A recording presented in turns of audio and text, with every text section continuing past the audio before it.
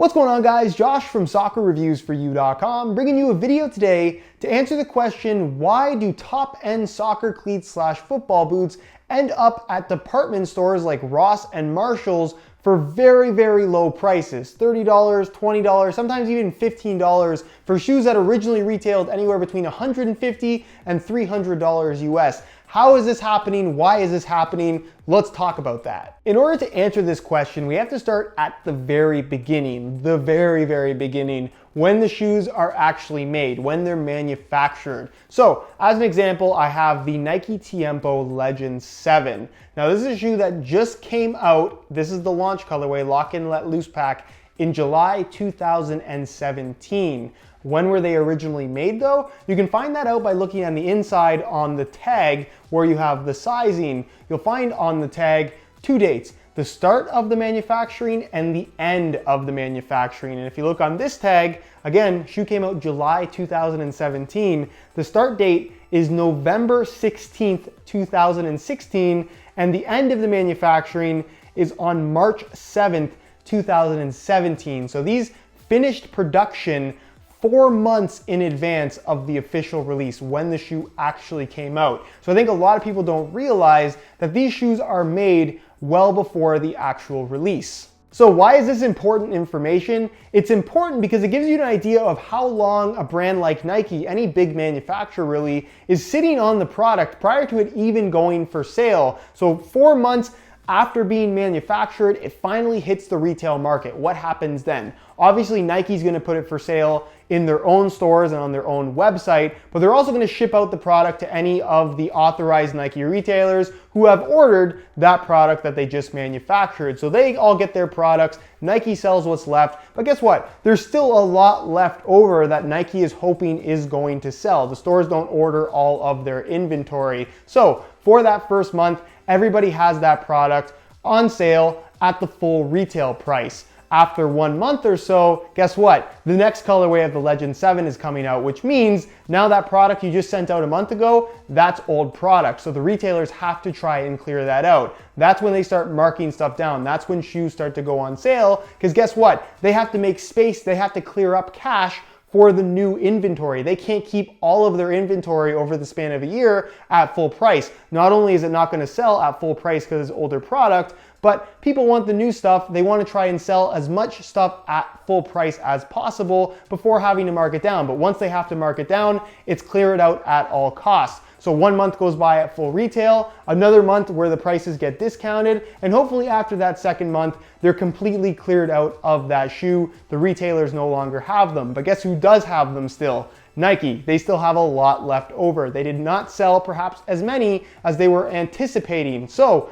what ends up happening with that leftover product? So you now have product that's 2-3 months old. All the retailers don't want it anymore. They're not ordering any more of this stuff. It's old news. Nike's tried their best to sell as many as they can at a slightly discounted price on their retail website, but they still have thousands and thousands of these shoes left. What do they do now with this extra inventory? Well, they spread it out across the world to their Nike outlet stores. That's the reason why outlet stores exist, not just for Nike, but for any brand. Generally, when you walk into an outlet store, you're going to find older product, 2 months, 3 months, 4 months, sometimes 6-7 months old. It really just depends on when you're there and what they have at that particular time. Outlet stores, to a certain extent, tend to be pretty random, but the older products that you find there will generally be pretty heavily discounted. Why is that? Because they now have this old product. It's no longer worth the full retail price, and they'd rather get something for it rather than store it and get nothing for it at all. So that's the reason why outlet stores exist,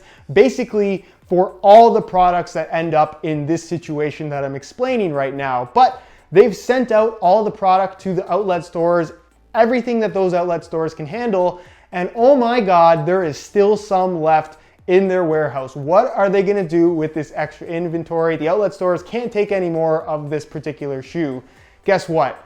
Ross and Marshall's. Department stores are the final step in this process. Basically, the way a department store operates is they attain all their inventory by buying older stock at super low prices and then selling them in their department store, still at low prices, prices that you would find very attractive, but obviously more than what they paid for it, which is hard to believe considering how cheap some stuff is at these department stores, mainly the shoes that we're talking about in this video. So again, using that Legend 7 example that we started with, let's say Nike now has that old inventory for 6 months now. They're dying to get rid of it. I'm sure there would be some kind of contact between the major department stores and Nike. They would have a conversation. Nike might say, hey, we have these leftover Legend 7s, original retail price this.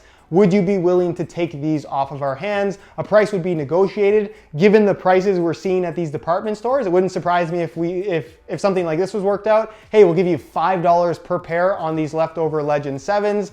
They say, hey, we'll do it, shake hands. They send over the Legend 7s. They only paid $5 per pair, and they put them on the shelf for 15 bucks each.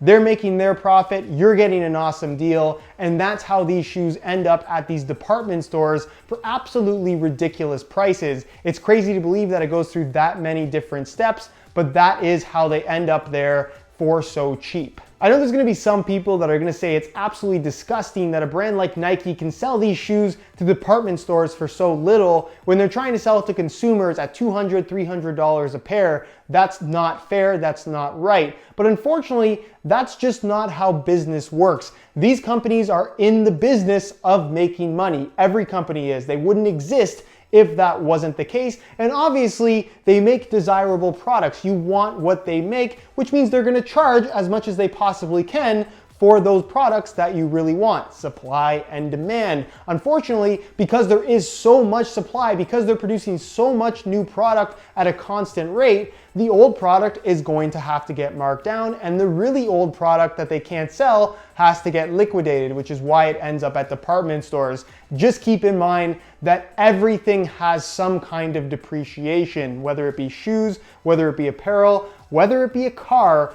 Everything depreciates. It can't be worth full retail forever. So that is how these shoes end up at such ridiculously low prices at your local Ross, Marshalls, or whatever department store it might be. I feel like I just explained like the water cycle or something like that. Anyways, if you enjoyed today's video, found it helpful and informative, be sure to support it with a like.